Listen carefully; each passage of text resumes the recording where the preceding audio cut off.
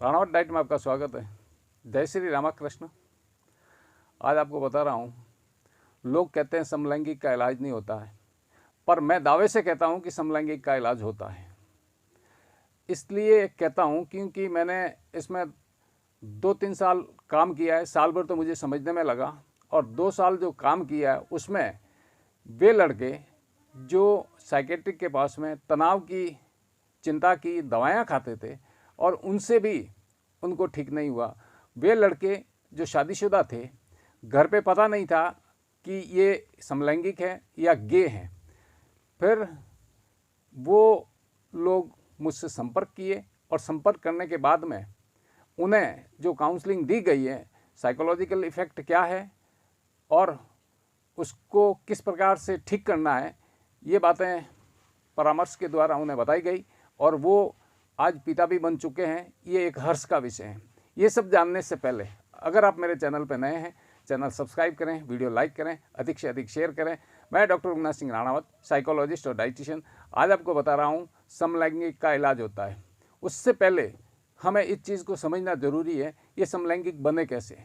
काफ़ी लोग copy paste की तरह सिर्फ अपनी भाषा बोलते हैं कि समलैंगिक नेचुरल है। नहीं, जन्म से जो भी बच्चे पैदा होते हैं उन बच्चों में या तो लड़का होगा या लड़की होगी। लाखों में कहीं जाके एक किन्नर या हिंजड़ा पैदा होता है। बाकी लोग सामाजिक दृष्टि से सताए हुए या यौन शोषण के भागीदार बने हुए मिले हैं। इन लड़कों के साथ में कोई रिश्तेदार, कोई आने वाला, कोई एकांत में इनको मिलने वाला, उन लोगों ने 8 साल से 18 साल के बच्चों के साथ में यौन शोषण किया हुआ होता है, उनके साथ में गोदामैथुन किया होता है। और ये लड़के सीधे और भोले होते हैं, जो कभी विरोध नहीं कर पाते और अपने घर वालों को नहीं बता पाते हैं। फिर उन्हें एक लत लग जाती है और लत लगने के बाद वो और भीरू हो जाते हैं, डरपोक हो जाते हैं। जो ही 12 से 14 साल के बीच में ये लोग हंसमैथुन भी सीख लेते हैं। अब हंसमैथुन सीखने से उनके ऊपर दुगनी मार पड़ जाती है, क्योंकि उन्हें काफ़ी लोग ये भी कहते हैं कि इन लोगों को लड़कियों में, स्त्रियों में उनकी कोई फीलिंग नहीं आती। आएगी कैसे? नहीं आएगी, ये सत्य है। क्योंकि आप मान लीजिए, अगर एक किसान है और किसान के 2 बेटे हैं, एक बेटा अपना बीज नदी के अंदर डाल देता है, एक खेत में डालता है। खेत की फीलिंग किसको रहेगी? जो खेत के अंदर बीज बोता है और नदी में डाल देता है, वहाँ पे फसल कभी नहीं हो सकती।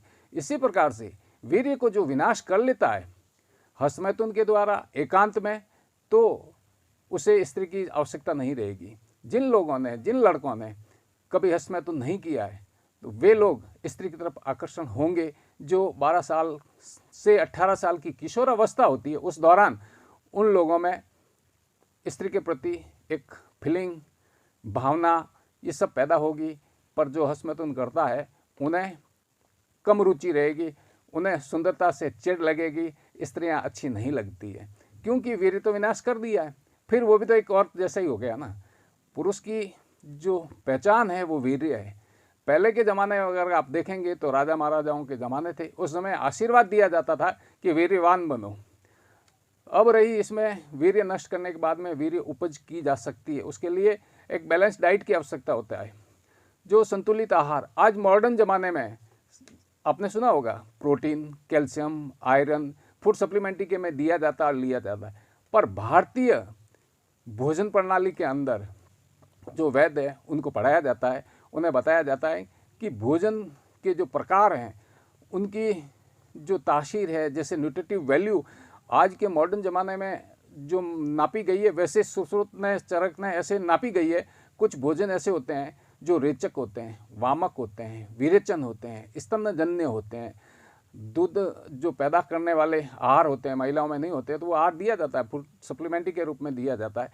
वैसे ही वीर्यवर्धक आहार, उत्तेजक आहार, जो जिसमें उत्तेजना नहीं आती, तो उत्तेजक आहार दिया जाता है, स्तंभन दिया जाता है। जिन्हें शीघ्र पतन की दिक्कत है उन्हें स्तंभन आहार दिया जाता है। अब ये जिसको ज्ञान होगा वही तो दे पाएगा ना, जिन्हें ज्ञान ही नहीं तो कैसे देगा। अब इस अवस्था में व्यक्ति चिंता में पड़ जाता है और जब चिंता रहेगी तो डर भी रहेगा, डर रहेगा चिंता रहेगी। ये चीज़ें घर पे न बता सकने से ज़्यादा व्यक्ति परेशान हो जाता है। अब कहीं भी डॉक्टर के पास लेके जाएंगे तो मूल बात तो बच्चा बताएगा नहीं, और वो बताएगा नहीं तो उनका ट्रीटमेंट ट्रैंक्विलाइजर या नशीली दवाएं उनको दे के विचारों को रोका नहीं जा सकता है। विचारों को धीमा किया जा सकता है, कम किया जा सकता है, पर विचारों को रोका नहीं जा सकता। उसके लिए न्यू नॉलेज की ज़रूरत होती है, नए ज्ञान की ज़रूरत होती है। उन्होंने जो बच्चों से साथ में यौन शोषण हुआ है या जो हस्तमैथुन से पीड़ित हैं, उन लोगों को वापस नया ज्ञान देना पड़ेगा, नई आहार व्यवस्था करनी पड़ेगी। आहार व्यवस्था हो जाएगी जिससे वीर्य उत्पन्न होता है।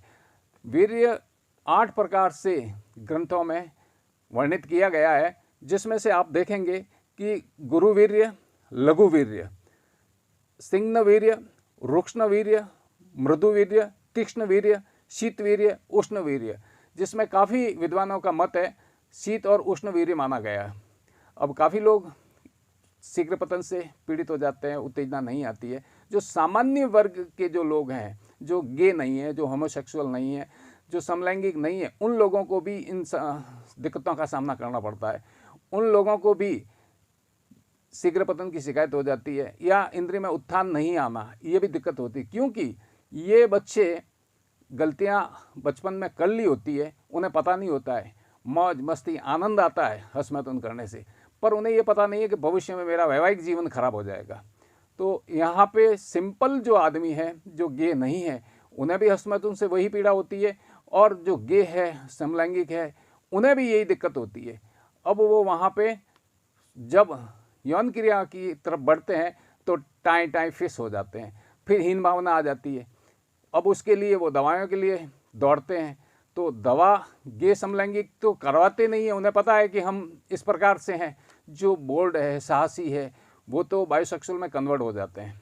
और कुछ लोग इलाज ढूंढते हैं, इलाज मिल ही जाता है, पर जो इलाज नहीं ढूंढते हैं या लोगों को बहकावे में डालते हैं कि समलैंगिक जन्म जाते हैं, जो पूर्णतः गलत है। मैं ये मानता हूँ जिन लोगों के साथ में सामाजिक स्तर पे हो या उन्हें किसी भी रूप में उनके साथ में बाल यौन शोषण हुआ है, उन्हें एक लत लग जाती है और उस लत को छुड़ाया जा सकता है आसानी से। समय तो लगता है, पर वो सभी ठीक हो सकते हैं।